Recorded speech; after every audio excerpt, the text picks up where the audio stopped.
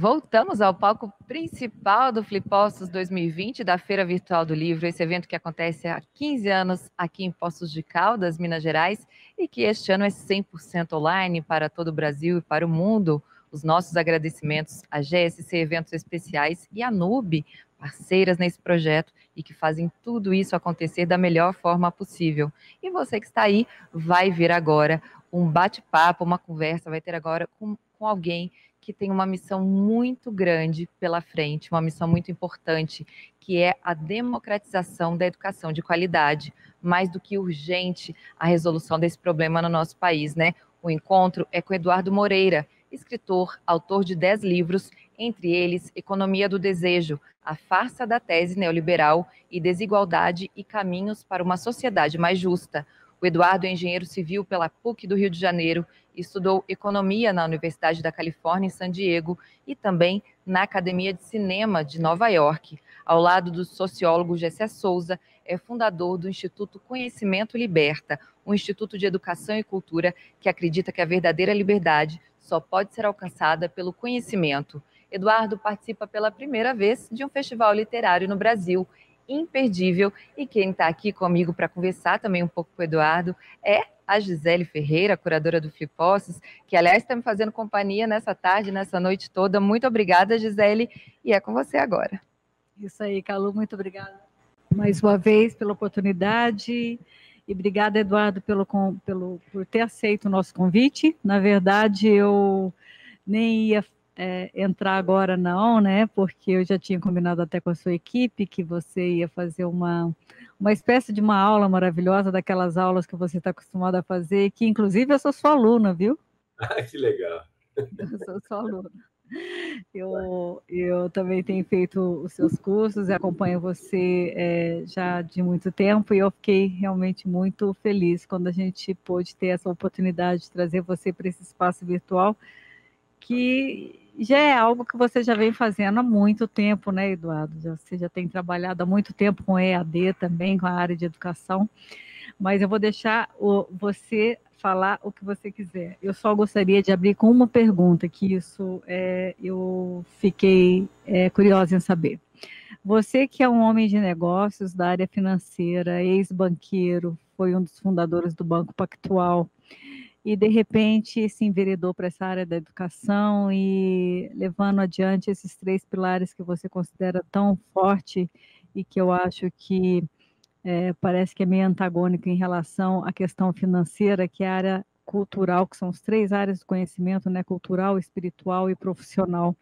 O que te levou a seguir esse rumo e ser hoje esse profissional de sucesso, tentando ensinar as pessoas a cuidar de dinheiro, a saber fazer investimento, mas sempre olhando pelo o lado humanista da pessoa, o lado holístico, esse outro lado que muitas vezes quem trabalha com dinheiro não olha tanto. Obrigada pela presença, viu, meu querido? Um prazeraço ter você aqui no Flippostos Virtual. Eu que agradeço, Gisele, agradeço a todas aí com as quais eu falei, por isso que eu estou falando todas, porque eu só falei com mulheres. Fico muito feliz quando isso acontece, né? A gente tem um mundo tão machista, eu estava vendo hoje, né, gravando um vídeo sobre a questão das eleições, país com 5.570 municípios, temos pouco mais de 600 mulheres só, ou seja, ali perto dos 10%, um pouquinho acima de prefeitas mulheres no Brasil. E quando você vai olhar prefeitas mulheres que se autodeclaram, por exemplo, pretas, você tem 10 em 5.570, e representantes dos povos tradicionais, uma. Então, assim, é muito bacana, né, poder ver um evento com essa importância, pelo menos a experiência que eu tive até agora, organizado majoritariamente aí por mulheres. E, Gisele, você sabe que o que você está falando é muito interessante, e eu fico muito feliz de participar de uma feira literária, né? Apesar de eu ficar meio confuso quando eu vejo uma feira do livro virtual, né? Porque livro é uma coisa tão real, e eu gosto. Eu sei que hoje tem os e-books, Kindles e etc., mas eu gosto tanto do livro, da folha, do papel. E a minha vida, muitas pessoas perguntam: você foi sócio de banco, etc. O que te levou hoje em dia a ficar falando do MST, ficar viajando, morando nos quilombos, nas aldeias, né, dos povos tradicionais, falando de redistribuição de riqueza, etc. Você bateu com a cabeça um dia, né, e ficou doido de um dia para o outro, não sei o quê. E pergunto, quando é que isso começou? Que é mais ou menos, né, o que você me perguntou. E é difícil, né, porque não tem um evento. Eu acho que é uma sequência de eventos. A vida vai te levando, né?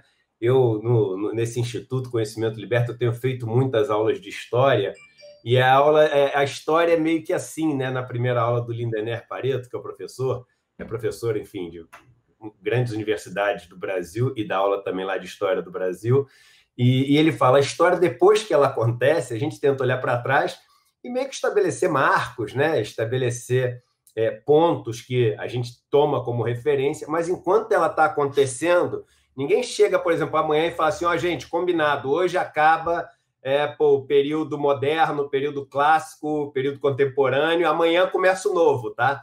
Não tem essa história, né? A gente depois faz isso para se organizar. E a história da minha vida é uma história onde várias coisas vão acontecendo. Mas tem um marco muito importante, que foi um tombo que eu tomei de um cavalo, né? Eu comprei um cavalo pela internet, não entendia nada de cavalo, tinha comprado um sítio aqui em São Paulo, e o cavalo na internet dizia que era mansinho, que era um cavalo, uma égua, na verdade, ótima para passeios, boa para criança, né? Super mansa e etc. E aí eu fui montar na égua quando ela chegou lá, entregue lá pelo caminhão, começou a pular igual uma doida, assim, eu caí lá, dei um looping lá de cima, caí de costas em um monte de pedra e quase perdi os movimentos do corpo. E aí, quando eu estava no hospital ainda, me recuperando, sem conseguir me mexer e tudo, ganhei um livro de presente. Um livro do Monty Roberts chamado O Homem que Ouve Cavalos, né? O nome é The Horse Whisperer, né? Em inglês, né? The Man Who Listened to Horses, The Real Horse Whisperer. Esse é o subtítulo. E eu li o livro e fiquei encantado. Ele falava da comunicação não violenta, né? Ou seja, como domar um cavalo sem usar violência, através da comunicação do próprio cavalo, assim. Ou seja, como fazer com que ele decida e ele queira fazer aquelas coisas que você quer que ele faça e não que você obrigue ele a fazer. E aí eu fiquei encantado com aquele livro, fui para a Califórnia fazer um curso com o Monty Roberts, né? E aí, fiz o curso, voltei para o Brasil, tentei fazer o método lá, comecei a viajar o Brasil inteiro, querendo mostrar como é que aquilo conhecia. E nessa de viajar o Brasil inteiro, pensa que eu era o cara do mercado financeiro, né? Eu já tinha saído do Banco Pactual e tinha ajudado a fundar o Banco Plural, fomos 4 fundadores, né?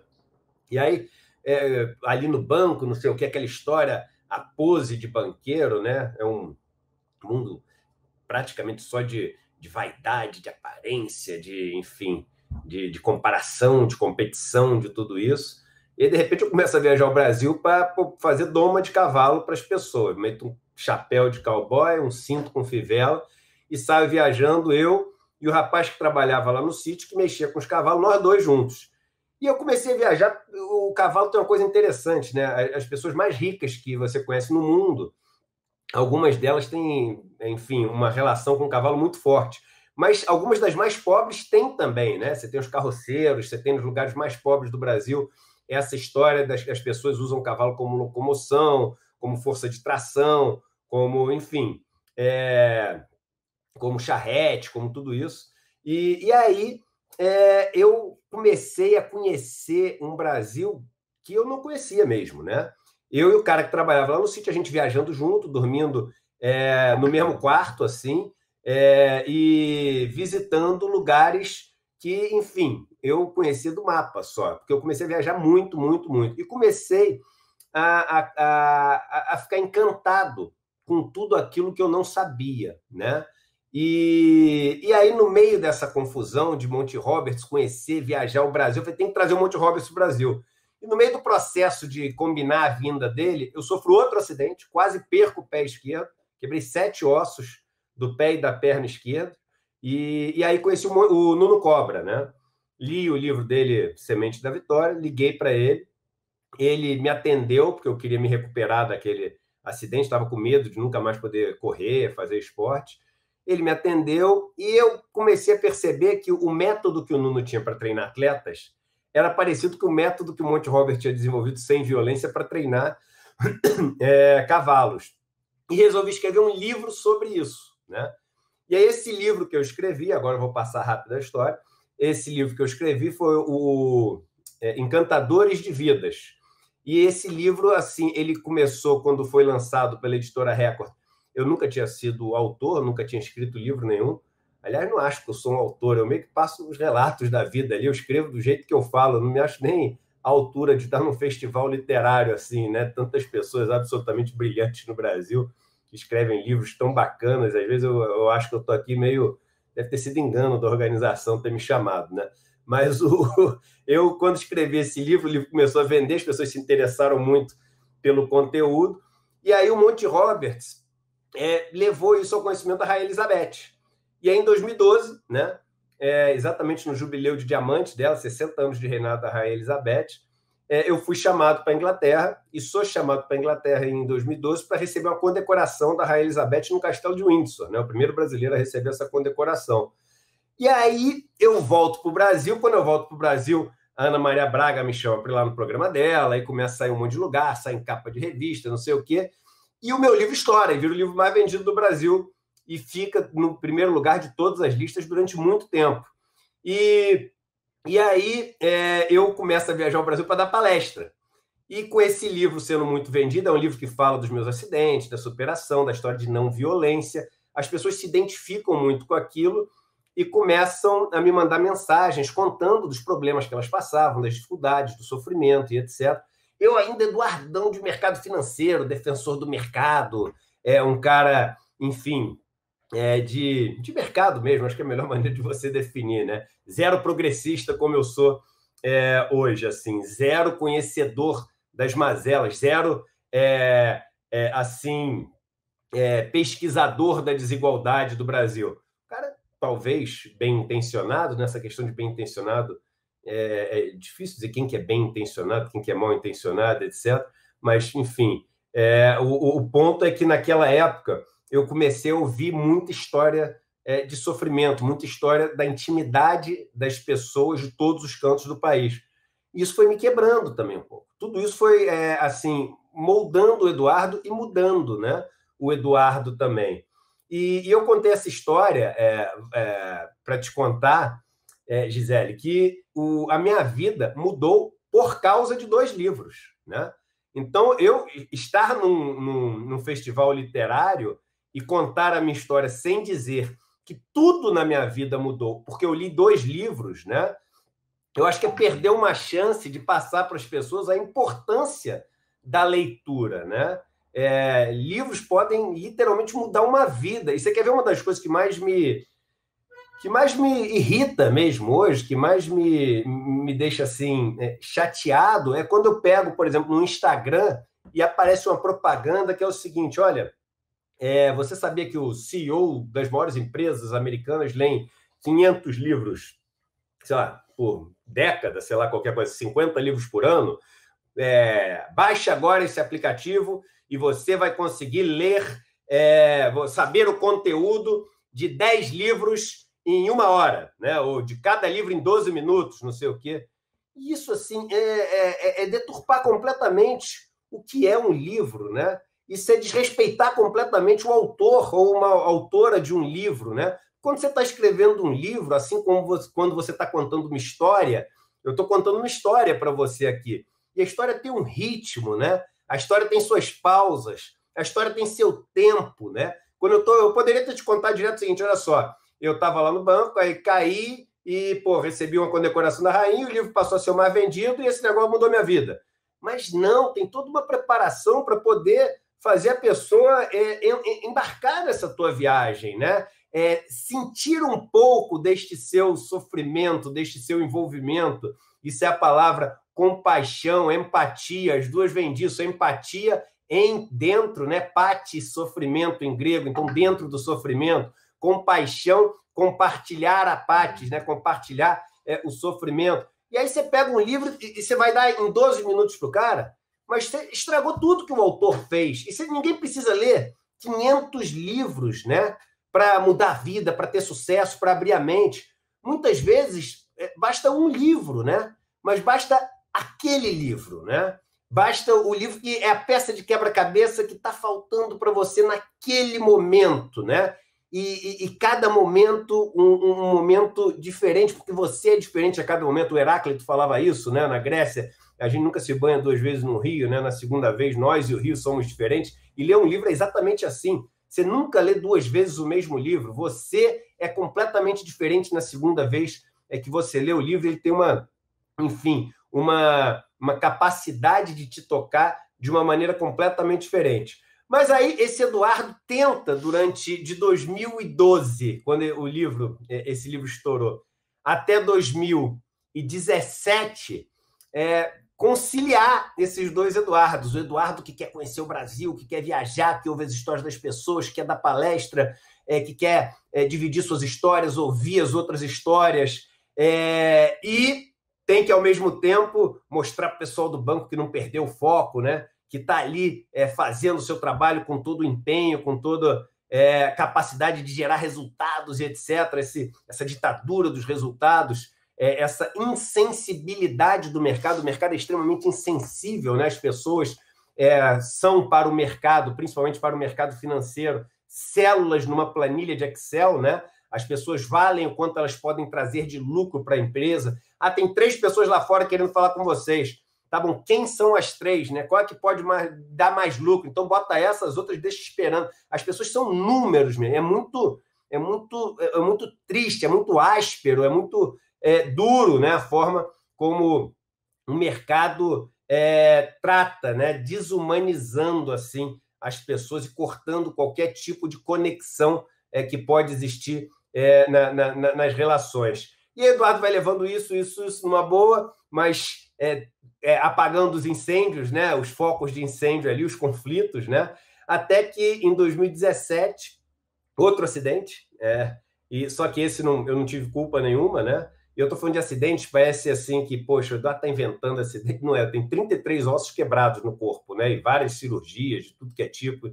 Eu, na vida, enfim, ousei um pouco mais do que eu deveria ter ousado, né? E algumas vezes foi simplesmente, enfim, chance, né? O americano usa essa palavra, né? Para sorte, né? E sorte é isso, né? Sorte é a chance, né?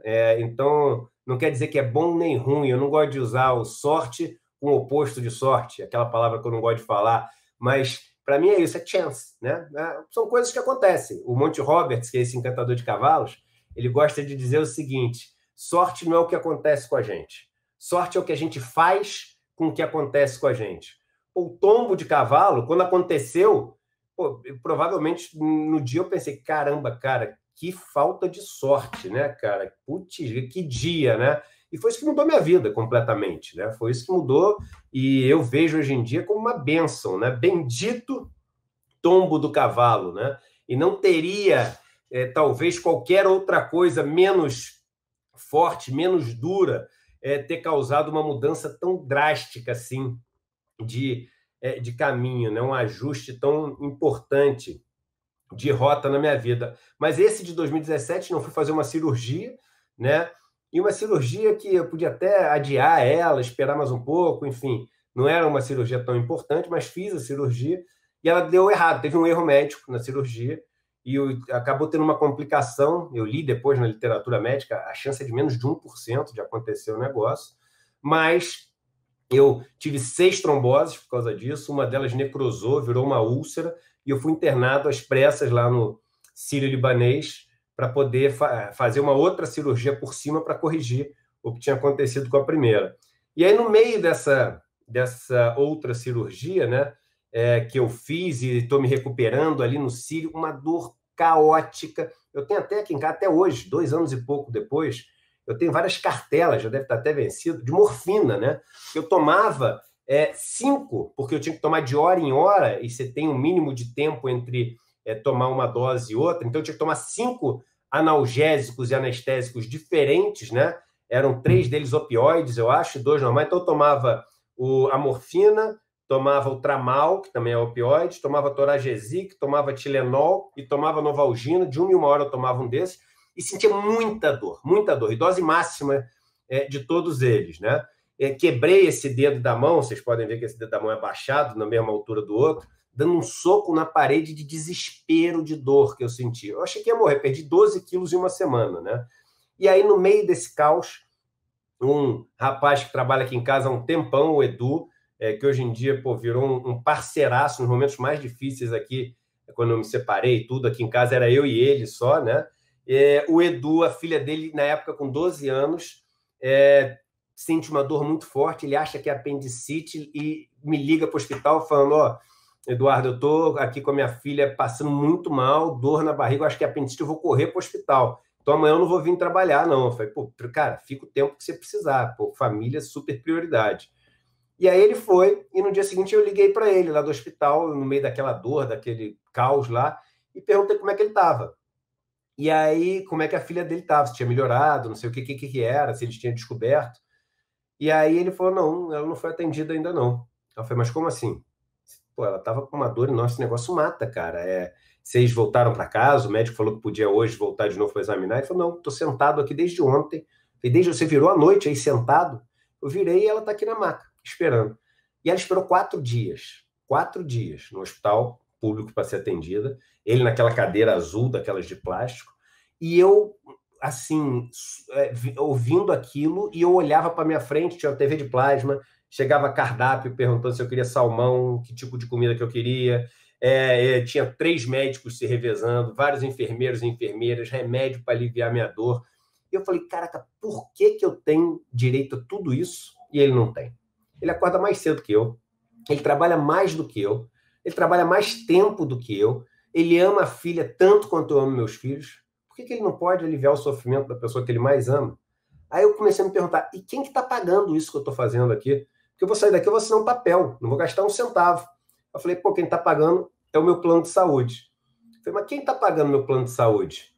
Aí eu falei, quem está pagando meu plano de saúde é a empresa. Aí eu falei, mas será que é a empresa? Ou será que a gente coloca isso como se fosse um dos custos da empresa e quem paga isso é o nosso cliente? Eu falei, tem razão. Quem paga isso aqui que eu estou tendo é o nosso cliente. E quem era um dos nossos clientes? O cara que trabalha aqui em casa. Ele era cliente da nossa empresa. E eu falei, caramba, é ele que está bancando esse luxo que eu tenho e eu, como classe, como parcela, extrato social, não permito que ele tenha o mínimo de dignidade para quem ele mais ama na vida. E aí gastei o meu resto de tempo ali internado, pensando e fazendo o caminho, a vida inteira trabalhando em banco, boa parte em tesouraria, né? Eu sou um cara que sempre tive que fazer o caminho do dinheiro em tudo, né? Saber de onde ele vem, para onde ele vai, como é que ele vai, os riscos que tem, por onde ele passa. E aí eu comecei a fazer o caminho do dinheiro em tudo.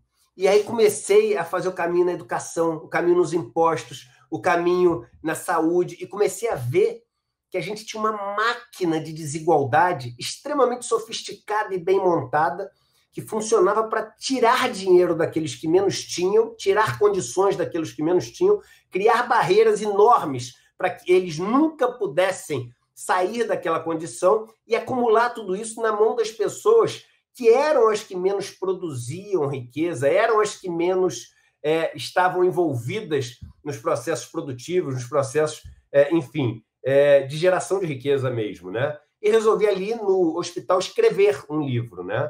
Escrevi falando aqui no telefone. Quando cheguei em casa, eu botei ele ali no papel, não é mais que põe, né? Mas no computador, né? no Word, e mandei para a editora. A editora falou, Eduardo, você tem certeza que você vai publicar isso?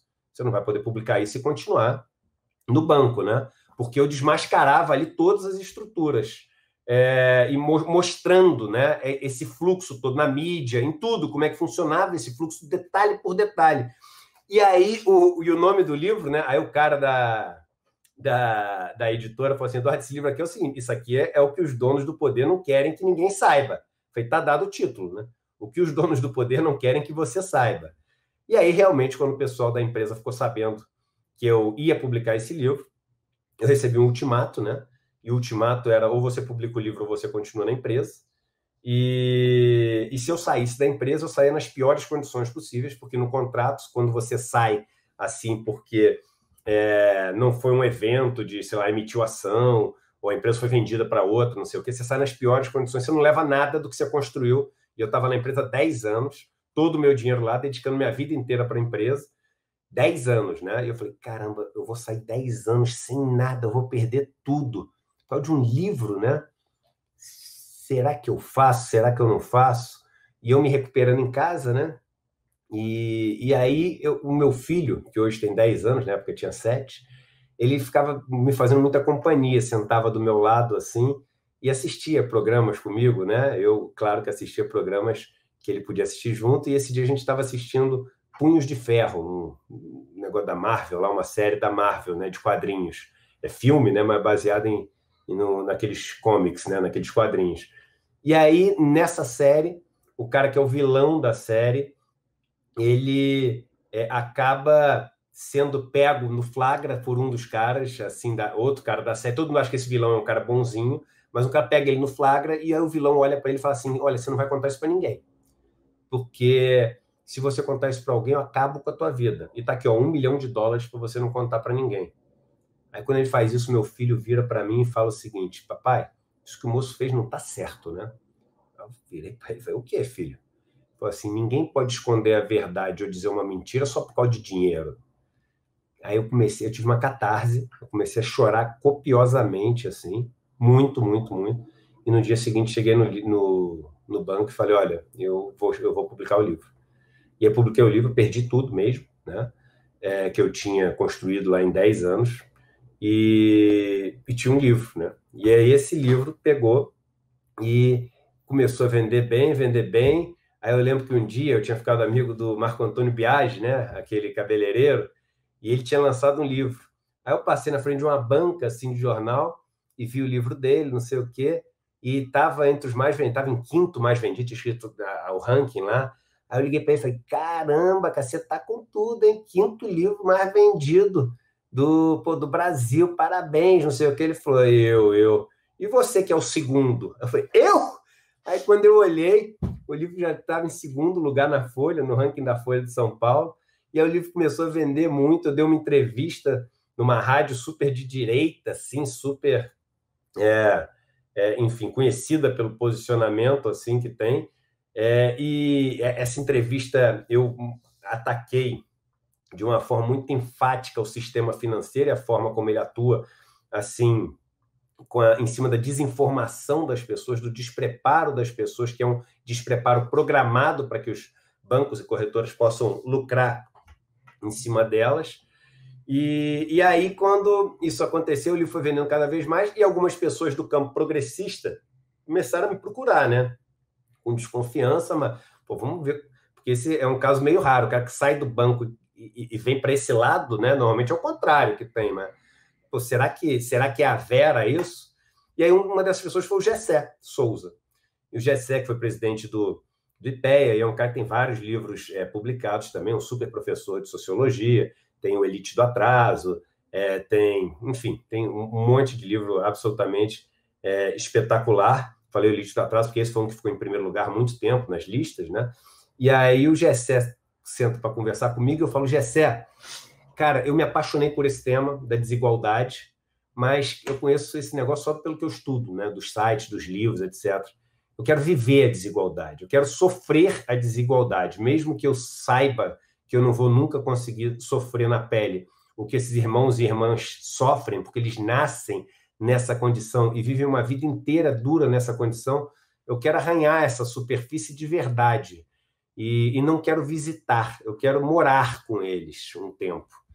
E aí eu falei, ó, os grupos que eu tenho mais preconceito no Brasil são MST, os presidiários, eu falei, as pessoas que moram no Nordeste, lá na seca e etc., os povos indígenas e qual era o quinto? E nas favelas metropolitanas. Eu quero morar nos 5 lugares. E aí ele falou, no MST eu consigo para você ir agora. Quando você quiser. Eu sou muito amigo do João Pedro Stedley. Aí eu falei, então, cara, pô, bota a gente em contato. Ele voltou no mesmo dia, o João Pedro foi ultra, assim, simpático e acolhedor, né? E falou o seguinte: poxa, se você quiser, eu monto um roteiro para você conhecer vários acampamentos, assentamentos e poder morar, ter uma vivência com eles. E aí eu falei, vamos embora, porque vontade é uma coisa que dá e passa, né? Então você tem que ir no embalo ali para o negócio.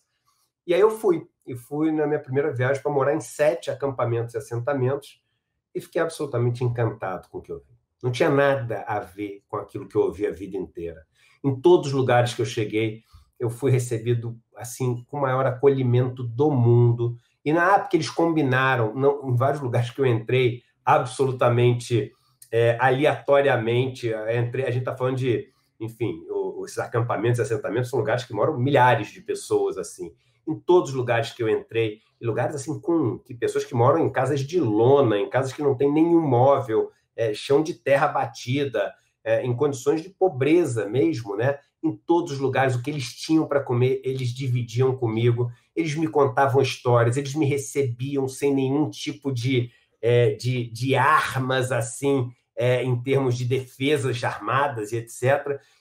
Cara, foi uma experiência, pela primeira vez na vida, eu vivi o que é uma solidariedade verdadeira, e não aquela doação de fim de ano que você faz porque é Natal, né? Aquela doação que você faz para poder dormir um pouquinho mais tranquilo, né? Aquela visita que você faz lá na comunidade para dizer que você já foi, dar uma postada no negócio.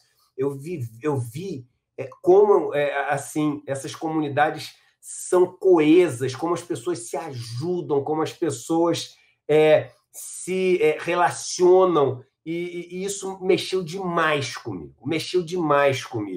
E aquilo ali começou um processo, né? Eu já, desde lá, eu já morei em 21 comunidades, e aí fui indo, assim, em algumas fui para seca, os lugares de maior seca do Nordeste, lugares onde as pessoas não podem dar mais do que uma descarga no vaso sanitário por dia, casas que moram mais de 10 pessoas, porque não tem água para fazer isso. A casa fede, assim, a fezes, a urina, enfim. E é isso o que eles têm para viver, assim, e as pessoas vivem nessa condição, se ajudando, solidárias, enfim, te recebendo, oferecendo o que tem, dividindo, estão lá sorrindo, né? E esperançosos e esperando, né? Pelo que um dia virá.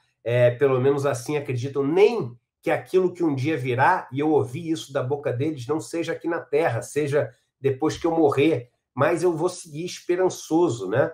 E aí depois fui morar em aldeias de povos tradicionais, e aí eu vi assim, o genocídio que está acontecendo no Brasil, lugares onde eu morei que você não tem água, não tem energia, não tem saneamento, não tem nada. A água eles pegam num balde longe, e é aquela mesma água que é usada um tempão, então ela é tudo encebada, suja, preta, né?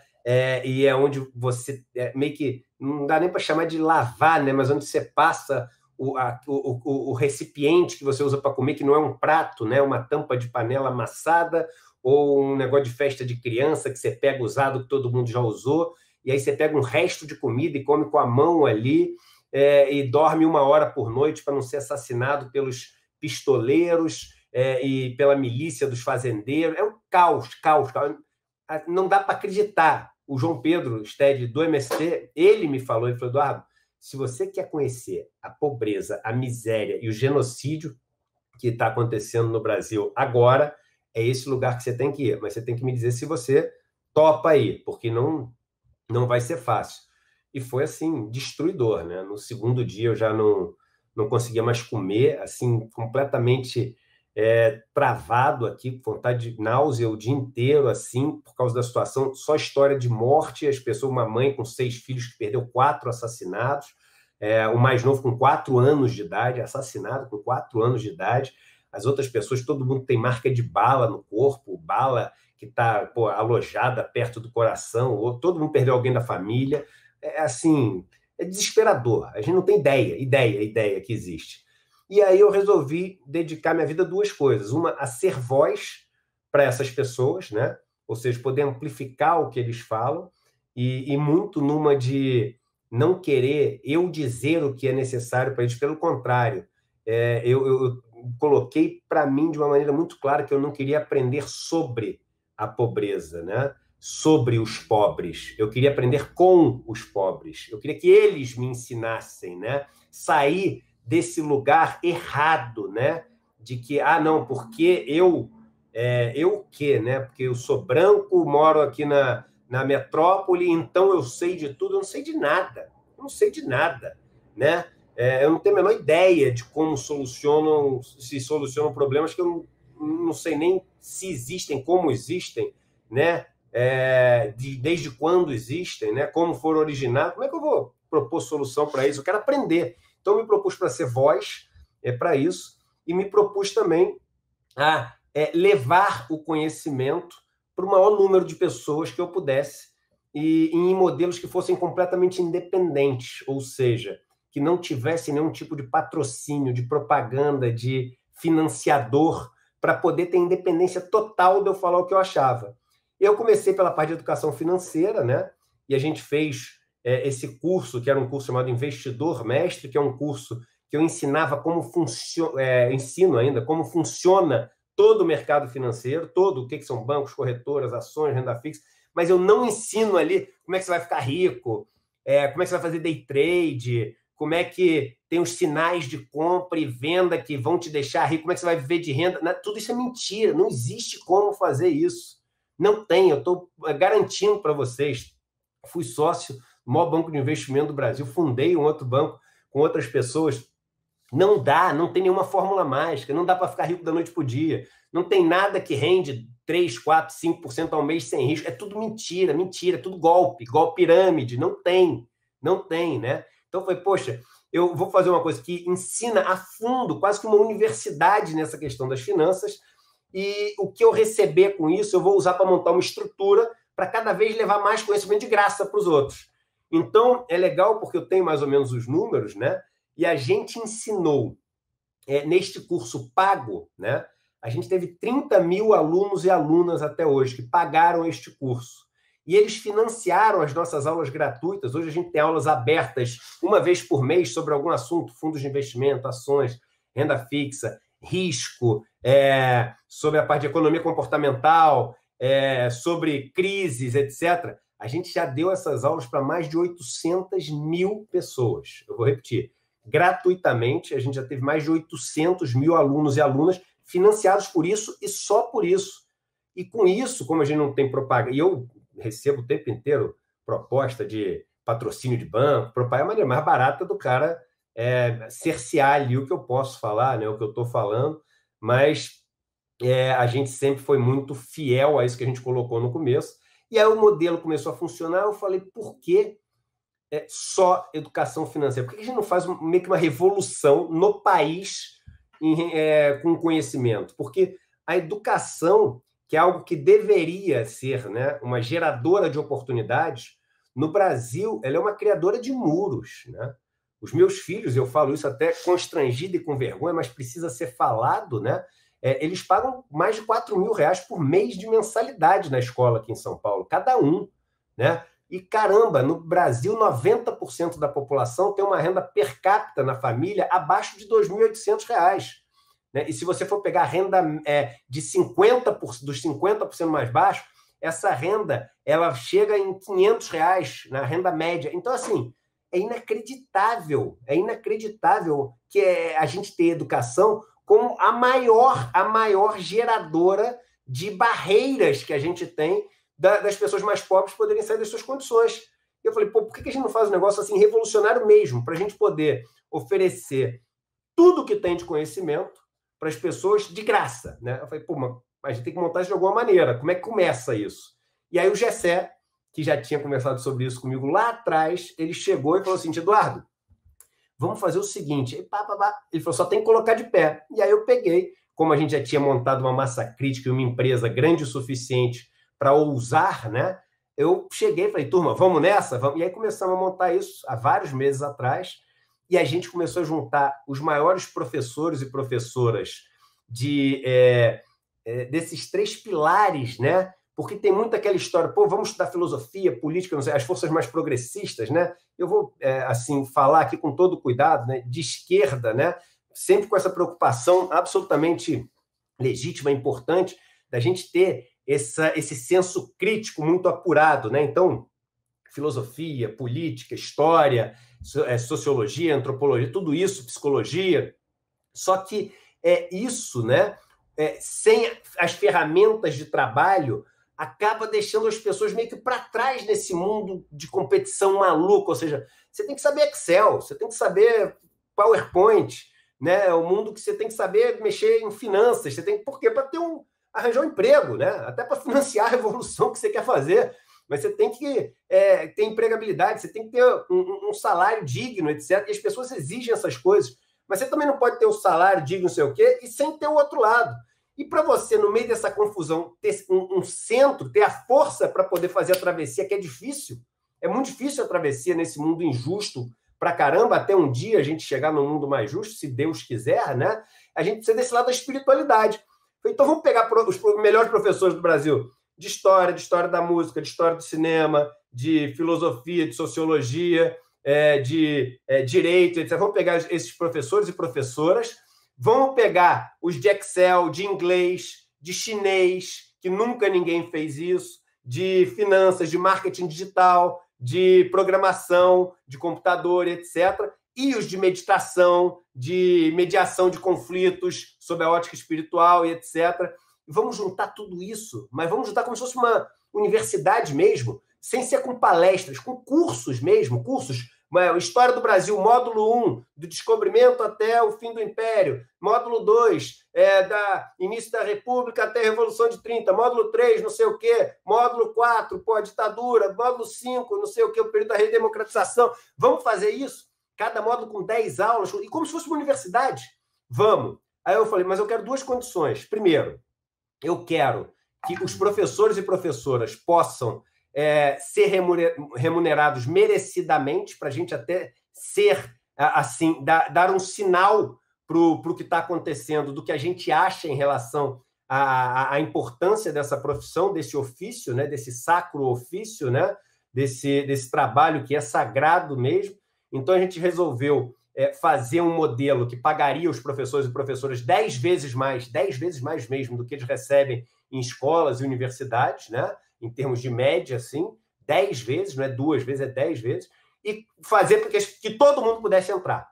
E aí a gente fez um modelo que era o seguinte, para as pessoas poderem estudar tudo, inglês, chinês, filosofia, sociologia, agroecologia, direito, economia, tudo, elas pagariam R$47 por mês, para ter aulas ao vivo, perguntando para os professores, 47, $8 por mês, para fazer tudo, não é por curso, é para tudo. E quem pudesse pagar, pagaria 67. E com esses R$20 a mais, bancava uma bolsa integral de alguém ligado a algum movimento. E a gente pegou e se juntou a Educafro, né? Se juntou à Escola Nacional Florestan Fernandes, se juntou a Gaia Mais, que tem parceria com professores e professoras da rede estadual e municipal de ensino no interior do Brasil inteiro, e lançamos isso há 20 dias atrás. E a gente achou o seguinte nos planos, no primeiro mês eu acho que dá para a gente ter 2.000 alunos, a gente super ambicioso, né? Estamos com 20 dias, estamos com 12.000 alunos e alunas, 12.000, sendo que 4.000 bolsistas. 4.000 bolsistas. Então, assim, o negócio, ele tomou uma atração, e aí no conselho que a gente tem desse negócio, tem Leonardo Boff, tem a Kátia, que é a diretora no Brasil da Oxfam, tem o Frei Davi, que é o coordenador da Educafro, tem a Heloísa Vilela, jornalista, tem um monte de gente, assim, incrível, e eu acho que esse negócio pode ser o começo de uma revolução pela educação mesmo, uma mudança nessa lógica da educação. Olha, Eduardo, eu vou te falar uma verdade verdadeira. Eu não ia entrar na sua fala, porque já estava previsto aí de eu entrar só no finalzinho para agradecer, para despedir, mas eu falei para a equipe aqui dos bastidores, falei, não, gente, ele é um grande contador de histórias. É uma delícia ouvir essa história sua. Tô achando tão palpitante, tão empolgante, tão gostoso, que eu falei, não, eu vou entrar para fazer algumas perguntas para ele, porque tenho curiosidade também de algumas coisas. que eu acabei não querendo te interromper, porque a tua história realmente é muito empolgante, viu, Eduardo? Você está de parabéns. É muito envolvente mesmo. Mas como é que foi essa ruptura sua de sair da área financeira, de deixar todas as benesses, né, de uma vida maravilhosa como banqueiro e tudo, e de repente partir totalmente para um lado que você abriu mão de tudo isso, né? Eu fiquei pensando como que foi possível você chegar nesse ponto. Como é que a gente chega nesse ponto? Primeiro, assim, será que essa vida tão maravilhosa, como você falou, né? Não sei se essa vida é tão maravilhosa, né? Porque é tão maravilhosa porque você tem um carro do ano, né? Chique, você mora num endereço luxuoso. Pô, mas você não dorme direito, toma remédio para dormir, você não sabe qual é a tua função no mundo, você não ajuda ninguém, você não sabe quem é teu amigo de verdade, quem não é. Será que essa vida, você não está aprendendo nada novo nunca, né? Você só aprende o novo, aquilo que é aceito ali por aquele grupo que não te faz ficar mal. Será que essa vida é maravilhosa? Ou será que a vida maravilhosa é, por exemplo, né, em alguns assentamentos que eu fui, que o assentamento é quando o acampamento já virou um assentamento, onde as pessoas todas têm suas casas, depois de 20 anos ali produzindo, plantando, colhendo, trabalhando, eles têm suas casas já. A casa tem 3 quartos, ele tem uma piscininha no fundo, tem o seu carro, e é simples, é tudo simples, mas tem um monte de amigo, né? Todo dia as pessoas se encontram, né? Todo dia tem alguém que está ajudando alguém de algum jeito. Será que não é essa a vida maravilhosa? Eu me mudei nessa pandemia para o meu sítio, porque esse convívio com o MST, eu falei, cara, eu quero morar no campo agora.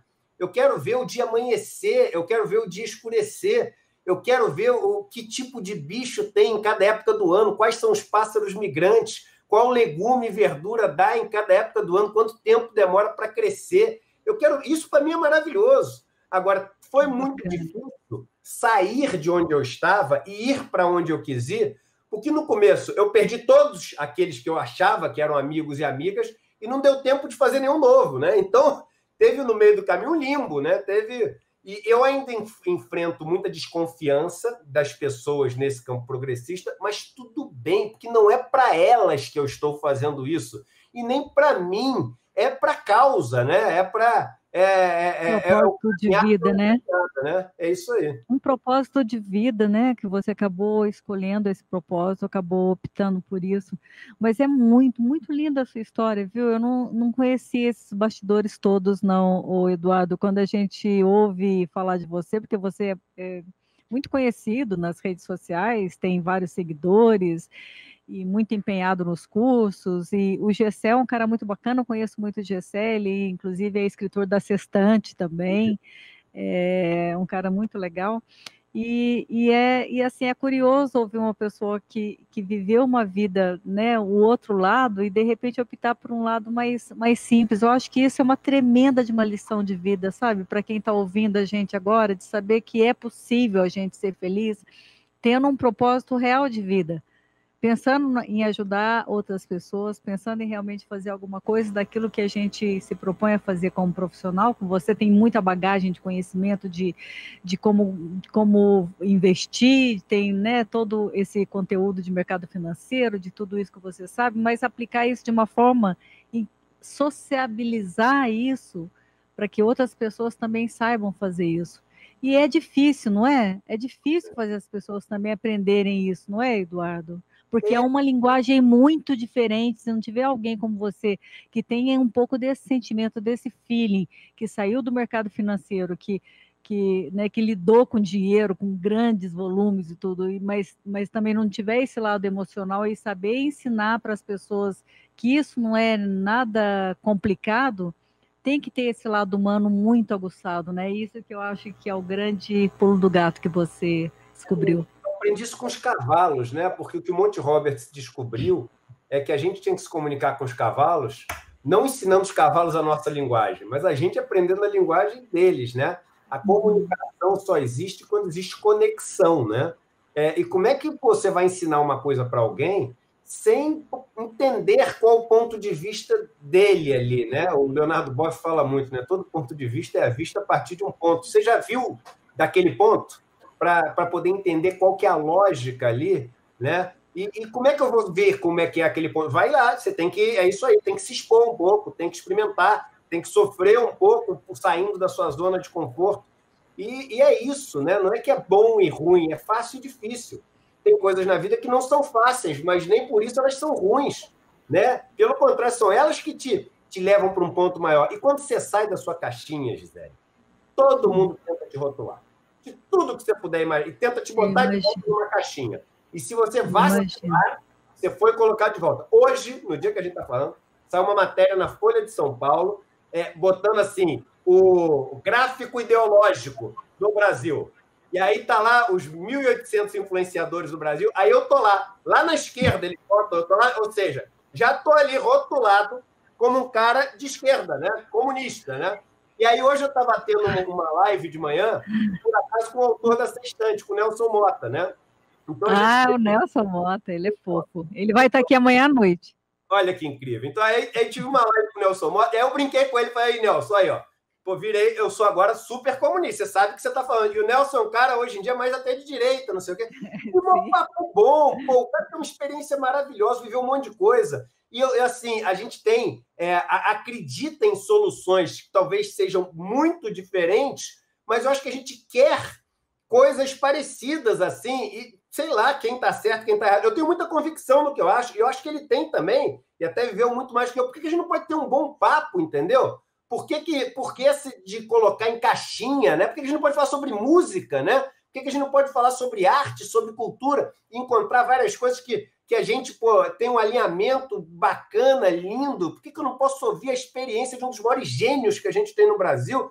Então, a gente tem que tomar muito cuidado com essa tentativa das pessoas hoje em dia de te colocar em caixinha, porque você é uma ameaça para eles em relação a deixá-los com vontade de sair da caixinha também. E eles não querem essa vontade, porque essa vontade dá medo, né?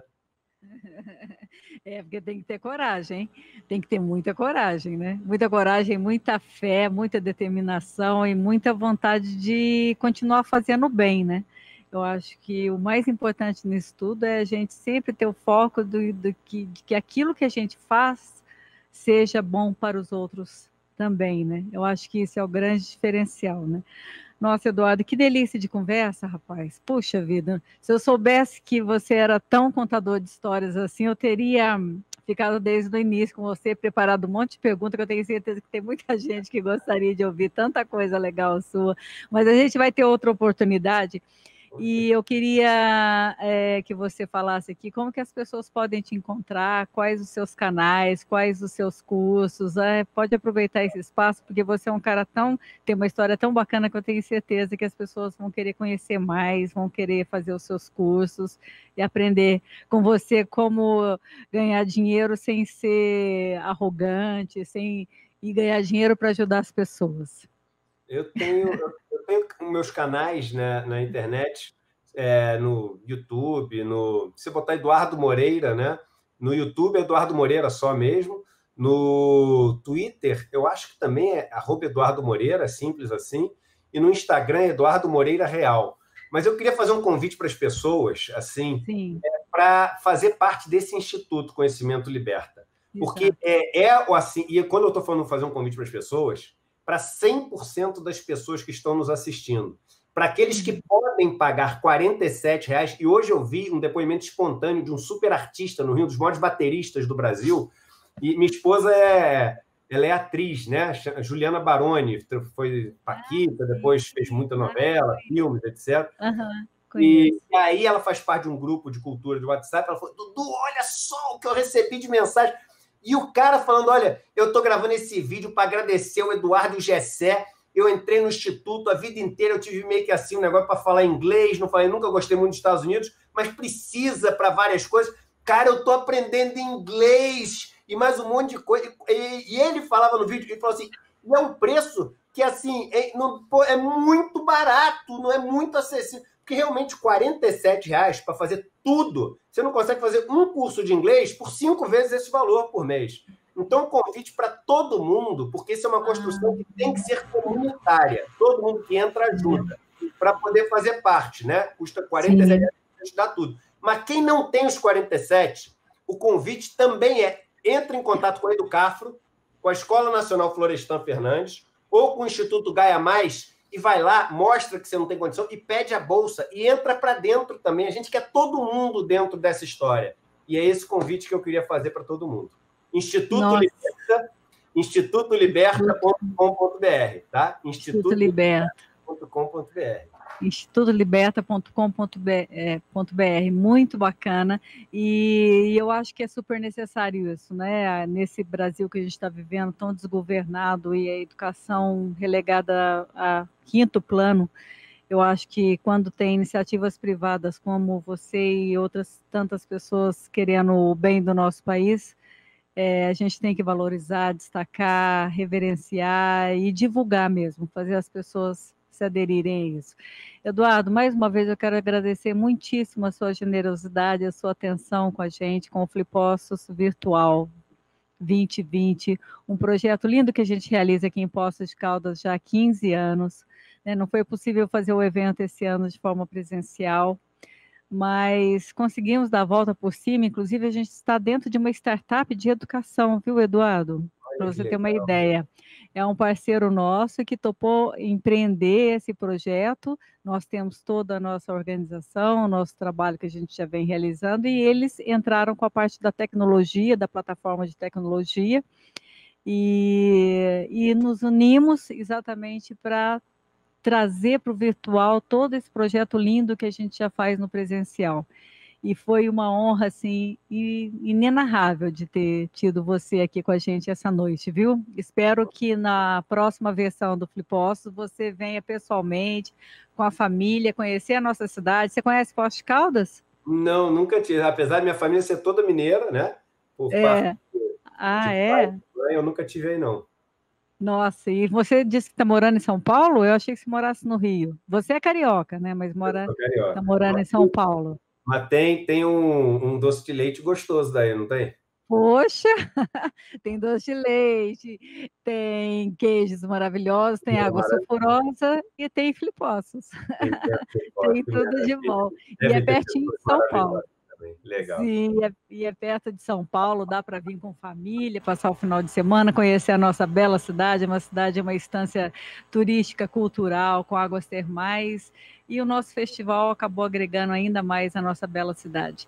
Eu quero deixar aqui a minha gratidão mais uma vez, Eduardo, desejar muito sucesso, muita coisa boa na sua vida, tá? Você é uma pessoa muito especial e tudo de maravilhoso, que a gente tenha outras oportunidades. Muito obrigada, viu? Obrigado a você e a todas as pessoas que me receberam aí com tanto acolhimento nessa nossa conversa aí. Muito bom, obrigada mesmo. Um beijão para você, tudo de bom.